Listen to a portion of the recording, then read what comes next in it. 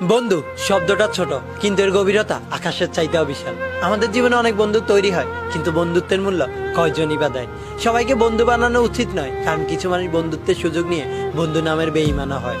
আজকের কথাগুলো আমার কিছু বন্ধু নামক বেঈমান আর বিশ্বাসঘাতকগুলোর জন্য, যারা আমাকে প্রয়োজনে প্রিয়জন বানিয়েছিল আর স্বার্থ শেষে দূরে ঠেলে দিয়েছে। যাদেরকে আমি নিজের চাইতেও বেশি বিশ্বাস করেছিলাম আর বিনিময়ে বিশ্বাসঘাতকতা পেয়েছিলাম।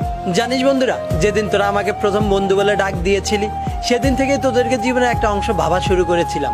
প্রিয়জন হিসেবে সবসময় তোদের পাশে থাকতে চেয়েছিলাম, কারণ আমার কাছে বন্ধুত্বের মূল্যটা অনেক দামি। কিন্তু তখন আমি এটা বুঝতে পারিনি, তোদের বন্ধু ডাকটা ছিল শুধুমাত্র আমাকে প্রয়োজন হিসেবে, প্রিয়জন নয়। আমি হতে চেয়েছিলাম তোদের প্রিয়জন, কিন্তু আফসোস হলাম শুধুমাত্র প্রয়োজন। প্রয়োজনে প্রিয়জন বানিয়ে আবার স্বার্থ শেষে দূরে ঠেলে দিলি। তোদেরকে আমি আমার জীবনে পাওয়া সবচাইতে বড় উপহার মনে করতাম, আর তোরা আমাকে বোঝা মনে করতি। তোদেরকে আমার ভালো সময় সব সময় পাশে পেলেও আমার খারাপ সময় এক মুহূর্তের জন্য পাশে পাইনি। কিন্তু আফসোস একটাই, তোদের খারাপ সময় সব সময় তোদেরকে সঙ্গ দিতাম, নিজের সাধ্য মতো তোদেরকে হেল্প করার চেষ্টা করতাম।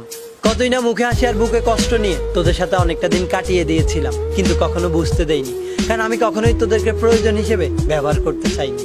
প্রিয়জন হিসেবে সারা জীবন পাশে রাখতে চেয়েছিলাম, তোদেরকে নিজের চাইতেও বেশি বিশ্বাস করেছিলাম, আর তোরা সেই অন্ধবিশ্বাসের সুযোগ নিয়ে বিশ্বাসঘাতকতা করলি। আর ভেবেছিলি মানুষটা কতটা বোকা। আরে আমি বোকা ছিলাম না, বিশ্বাসী ছিলাম, আর যে বিশ্বাসের যোগ্য তোরা কখনোই ছিলি না। একটা কথা বলি, শুনে রাখ, আমি একটুও বদলাইনি, তোদেরকে একটুও ভুলে যাইনি। শুধুমাত্র চিনতে শিখে গেছি কে সত্যিকারের বন্ধু আর কে বন্ধু নামের বেঈমান। তোদের কাছ থেকে নিজেকে সরিয়ে এনেছি, কিন্তু কোনো বেঈমানি করিনি।